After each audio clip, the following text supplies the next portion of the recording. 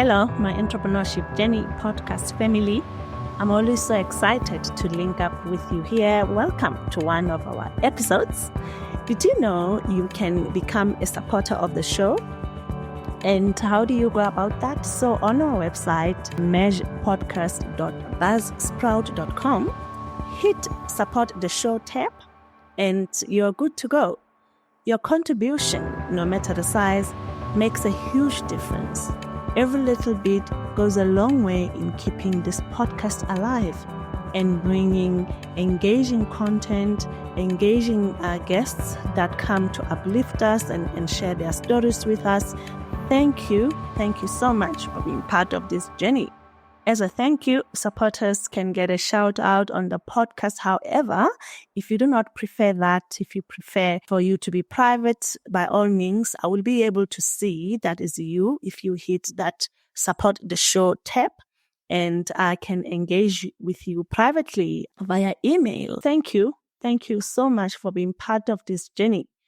My Entrepreneurship Journey podcast is ranked number 6 out of 25 best South African podcasts by FitSpot.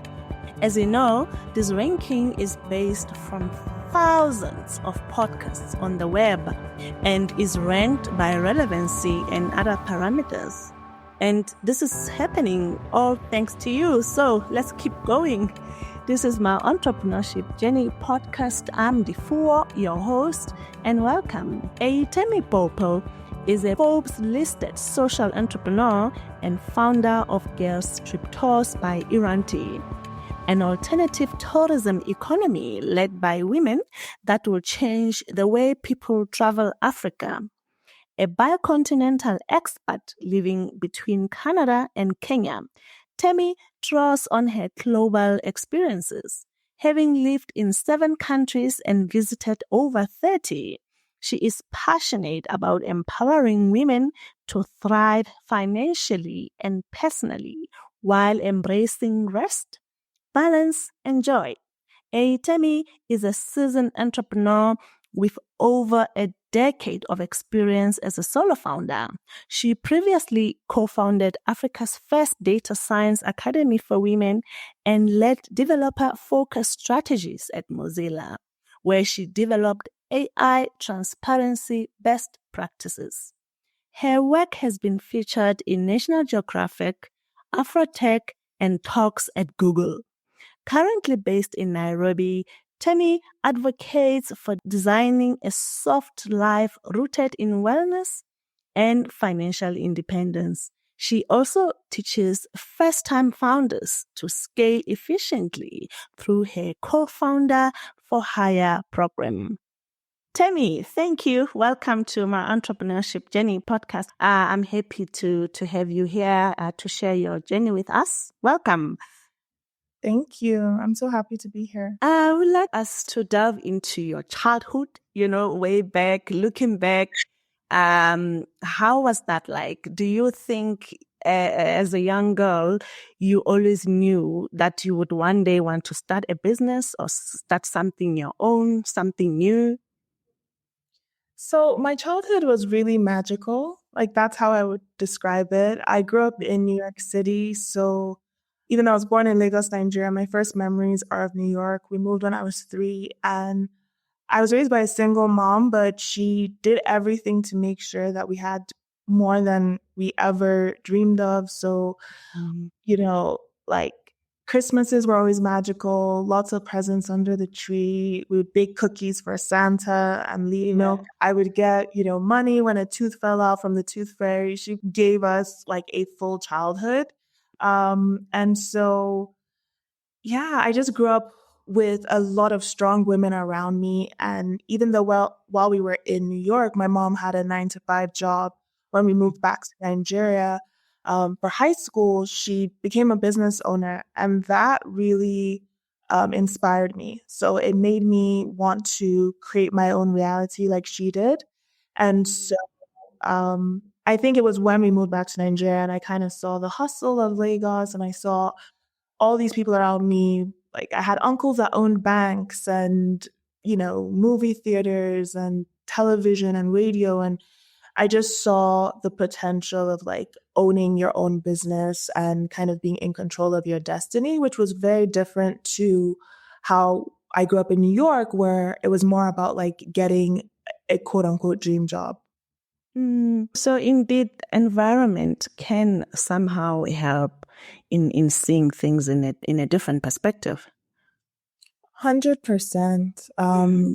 I think the different places I lived kind of gave me perspective into what I wanted out of life. And it also opened my mind up to the fact that you didn't have to live in one place. And so I think my nomadic lifestyle and my love of travel really came from my childhood. Yeah. And then later on you went on to start an online magazine, a digital publication called Ayiba. What was Ayiba focusing on and why the name Ayiba? So I started Ayiba in 2012. So that was the summer I graduated from undergrad. At the time I was in the States. So I graduated in Massachusetts and I moved to New York City. So I kind of moved back to where I grew up, searching for my first full-time job. And it took like 3 months to land my first job. So in that time, I was just like, what can I do to like, keep myself busy? And I decided to start Ayiba. It was an online publication dedicated to connecting the African diaspora to the continent. And so I think for me, again, growing up between both worlds of like, even though I grew up in the US, I never really considered myself American, even as a child. I consider myself a New Yorker because like anyone can be a New Yorker if you live there. But I always knew I was Nigerian. But I don't think I understood I was Nigerian until I moved back to Nigeria at age 11. And so, yeah, I kind of understood the African American perspective growing up. And then getting back to Nigeria, I truly understood my Nigerian identity in a more real way. And so, even when I went to college, I was always kind of the person that bridged the gap between those two communities. I kind of wanted to be involved in both. And so, the magazine was my way of kind of repairing what I saw as like a broken link between those two communities. Um, so I really wanted people in the States to understand what was going on the continent and vice versa. And so that's what Ayiba was about. Yeah. And the name is actually a part of my name, one of my names that I was Okay. given. Yeah, I was given by my great grandmother. So it means God or the Almighty in her language. Ah, lovely. Wow, that's nice. And of course that is beautiful. That is a beautiful story, Temi. And you finally you say 3 months later got a job, got employed, but you're still running Aiba on the side. And how did you find that to be? Juggling both work commitments because this was your job, a side hustle, your baby that you started, and now you were also employed. How did you find that going in between the two to be like? Yeah, so I think I'm really glad I started the business when I was in New York because that's kind of the energy of New York anyway. Everyone has a job or multiple jobs and a side hustle. So it didn't really feel strange to be juggling both. And because I was so early in my career, I think I was very naive as well. So at that point, I would like tell my colleagues about my business and what I was working on. Like I very much melded both. I think as I would get further into my career, I kind of tried to separate them a bit more, especially as the business got more successful. But yeah, in the beginning, I was very open. I had a super supportive boss, and I was actually going to NYU at the same time. Mhm. I had a certificate in digital publishing that I was pursuing. So it was like it was juggling multiple things. And then I think later in my career, after I did my master's, it became a lot harder. Um, just because I guess it was a more senior position and yeah, it was just kind of harder to mix the two. And then as the magazine became more successful, I started getting invited for panels and, speaking gigs and things like that. So I remember there was one week where I was living in Toronto and I was in South Africa, doing business. And then I flew back to Toronto for a day, went to work, then flew to Las Vegas and then to UC Berkeley for a speaking gig and back to work. It was just like I was really running my body into the ground. Yeah. And so it was at that point I felt like, okay, I need to kind of figure out which way I want to go with this, and if I actually want to pursue full time. Yeah, yeah. You mentioned earlier where you were excited about this, what you've just started, Aiba, and you were mentioning it, telling all your colleagues about it. And do you think that was like not a bad move to talk about it that much at work?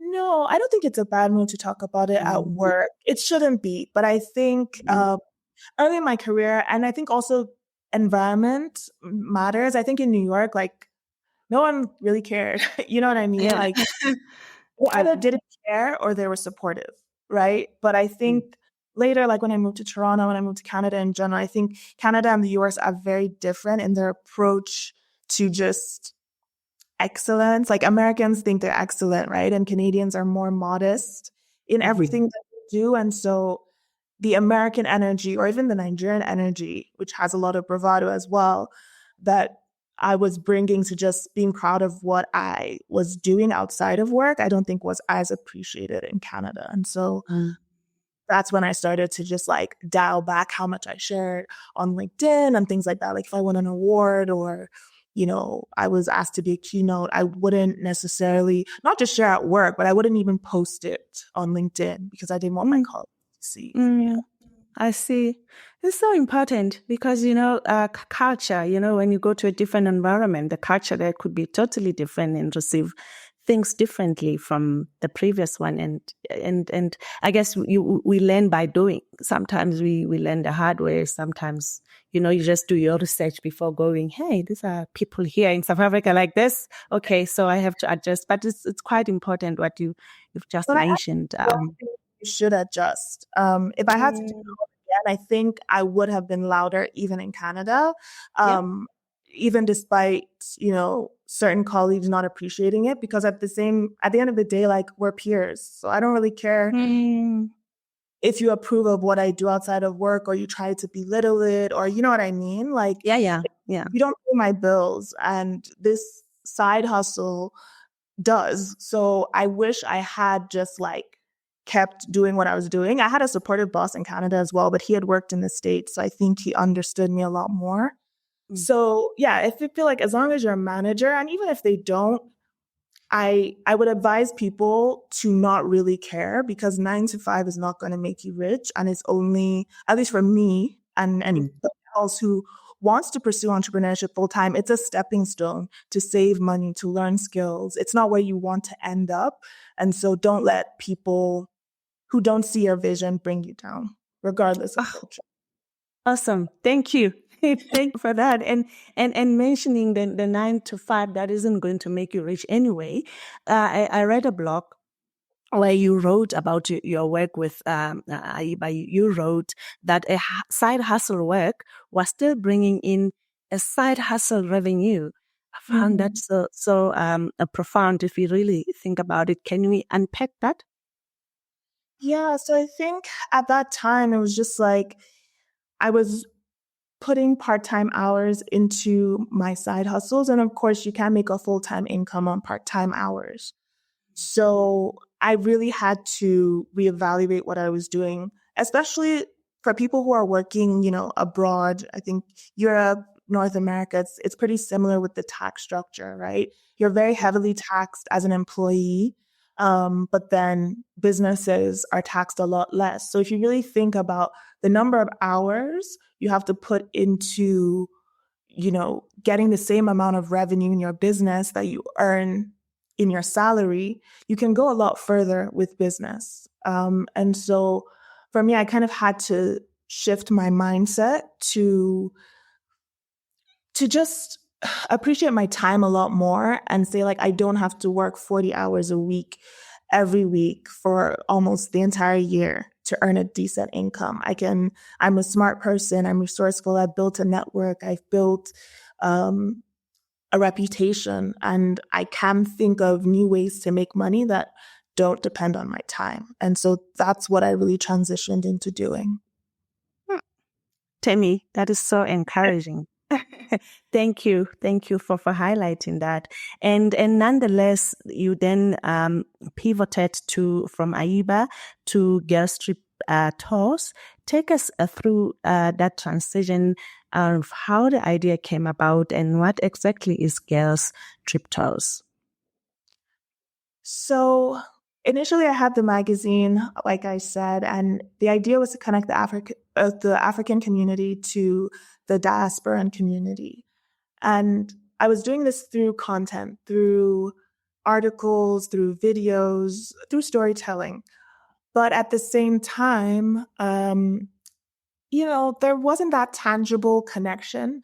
So I actually started with events first. I had an event called Mystica Freak, and that was my way of like physically bringing those communities together to kind of celebrate art, African art in all its different forms. And then I started Girls Trip, which I noticed my magazine was about 90% female readership. So it was just like, okay, let me lean into this women angle and let me curate travel. Because I think the most tangible way of connecting these two communities is actually by bringing one to visit the other. And so I started curating trips to Africa through Girls Trip Tours. We started in Ghana in 2018. And yeah, it was just like I had the idea at the end of the year. I remember it was December. By you have that break from work. I just used that to build the website. I applied for a fellowship, just like really put it out there. Because I had a magazine, I had contacts in PR. I sent it to a bunch of folks to just get the word out. And I got 5 people to join that trip. And it was something that like I was going to do myself anyway, because Girls Trip is really about connecting those two communities, but also using one to uplift the other. So on every trip, we mentor girls, and that's a huge piece of it. So I felt like I was going to go and mentor girls in Ghana anyway, but it was really nice to be able to bring women from across the diaspora to join me in doing that. And you know how things always align. So everyone that signed up that year was working in big tech. We had people at LinkedIn, eBay. We had some executive from the Ford Foundation. So it was just like the right people found me at the right time. And yeah, the rest is history. Wow. And those first 5 that actually subscribed and went with you to Ghana, how was that experience? It was amazing. It was just, one of those things that you've kind of been delaying, like because with Aiba, I kept wanting to figure out like, okay, what's the product? Like I have this community that I've curated. It's not really making me any real money. Like it's paying for itself, but like, what's that next evolution? And it took me a while to get to, okay, travel. And so it just felt like it was the right time. So it was 2018. It was a year before the year of return in Ghana. So there was like a bit of buzz around Ghana, but like it wasn't as crowded as it is right now. And then just everything went so smooth. And I was so worried because, West Africa can be a lot trickier to curate. And then I'm not necessarily from Ghana, even though I had been a few times and I had friends there.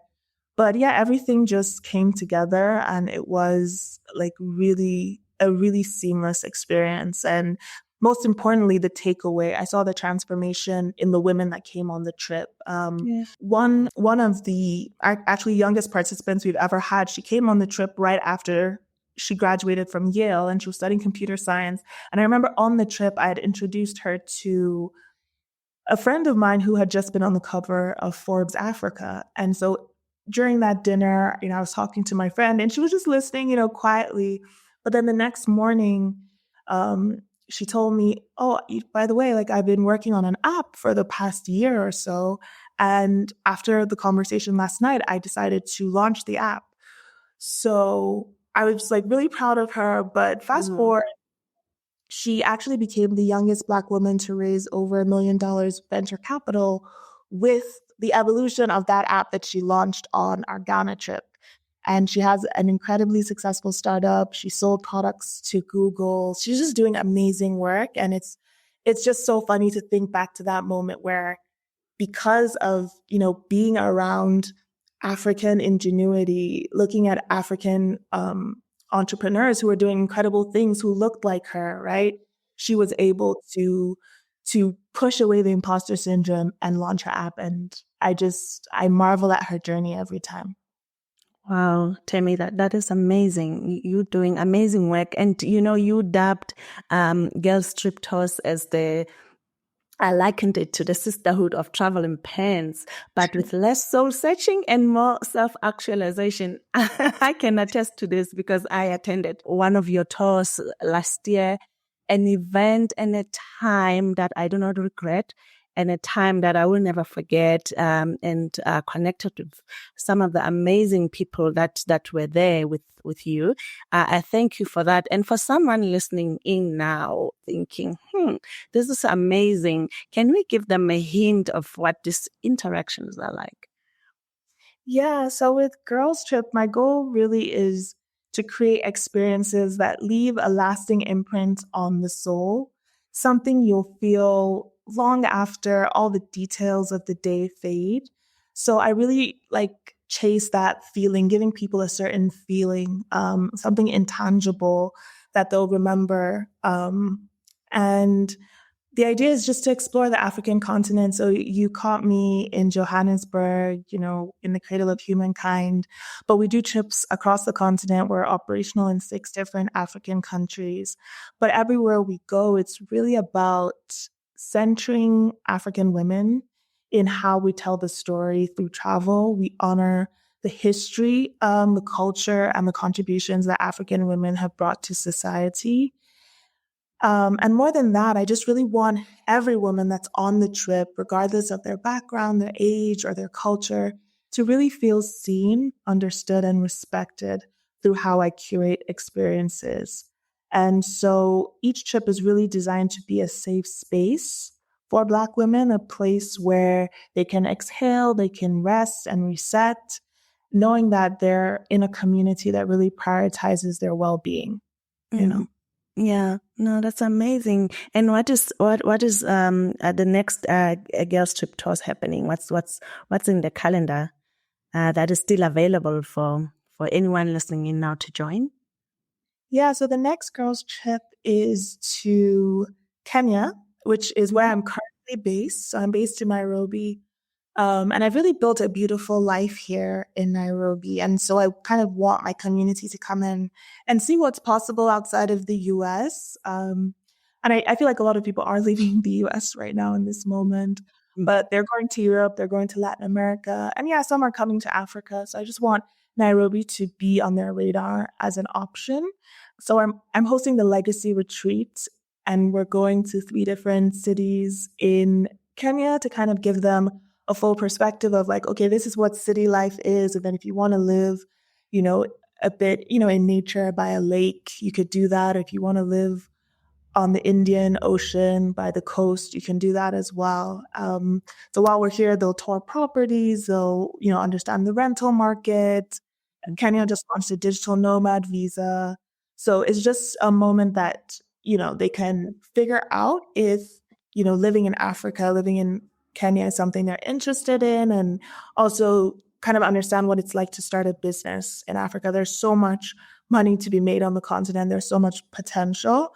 And I don't want people to overlook Africa as a place to invest in. Yeah. And when is this one happening? It's happening November. So November 16th to 25th. Okay. And you also have another company, startup, co-founder for hire. Can you tell us a little bit about that? Yeah, so I started co-founder for hire last year, and it was just my kind of giving back to my community, because I feel like I've been building my businesses for the last 10 years, and I really didn't share too much of the journey along the way because I was so busy. I was just so in it. And now that I've kind of scaled my businesses to a point where I'm not doing everything, and I have employees and I have teams, supporting me, I feel like, okay, I can share a bit more about what it was like building all the different companies I built along the way. I've raised venture capital, I've bootstrapped businesses, I've hired employees, I've done it on my own. And so co-founder for hire is just me offering my services to other folks who want to build a business but are too afraid to or not sure what they want to build, and I'll just hold your hand, I'll guide you. I'll help you not make a lot of the mistakes I did. So I say I help you twice as fast with half the heart and headaches. Yeah, yeah, that's amazing. And right now, it's still a brand new year, 2025. Someone out there in their business journey feeling stuck, or they are looking for growth, or they are looking to do new things, but they still somehow feel stuck. What advice can you give them? I would honestly say just start, just do it scared, do it confused, do it not knowing how. In working with clients at Co-Founder for Hire, something I notice is a lot of people do all the work in their heads, right? So they'll overthink and they'll get exhausted while they haven't even done anything because they've literally thought through every scenario, every possible failure. They've thought 10 steps ahead, but they didn't even take step one, right? They didn't even do step one, but they're exhausted because they've thought through all the way to step 10. So I always tell people to just start. You learn through trial and error, but a lot of people hate the error part, but you need that to get it right. Yeah. Yeah, yeah. And someone thinking, okay, I think I need Temi on Co-Founder for Hire, how can they get in touch with you? So the best way to reach me is cofounderforhire@gmail.com, or you can connect with me on LinkedIn at Eyitemi Popo. Yeah, yeah. And girls trip tours, someone wanting to join one of the trips, how can they find you guys? You can email support@girlstrip.tours, or you can reach out to us on Instagram at girlstriptours, and we're also on LinkedIn at girlstriptours. And Temi, in closing, do you have any favorite book you would like to share with us, or a book that was impactful in your life that you could share with us? So I think We Should All Be Millionaires by Rachel Rogers is a really good book. It's really short. It's just like, well, I listened to it. Yeah. So the Audible is like 3 hours. So it's a really short book, but I've read it multiple times because it's just another Black woman who has been able to, become a millionaire, multimillionaire, just hyping you up and telling you all the reasons you should. So whenever you feel doubtful, for those people who feel stuck, I feel like it's a really great book to just like hype you up, get you in the zone and get you started. We should all be millionaires. Yes. Amazing. Indeed, we should. Temi, thank you. Thank you for coming on. Thank you for this insightful conversation. We've learned so much from you. I can't thank you enough for being here. Thank you for having me. Thanks for listening to our show this week. If you enjoy our show and would like to support us, help us by spreading the word. Tell your friends about Merge and engage on social media. Follow us on Twitter, Instagram, and Facebook. Our handle is @Merge Podcast. Merge My Entrepreneurship Journey on LinkedIn. If you would like to engage with us privately, drop us an email at defuo@mergepodcast.com. Remember, we are available and streaming wherever you get your podcasts. I'm Defuo Machele, and you've been listening to My Entrepreneurship Journey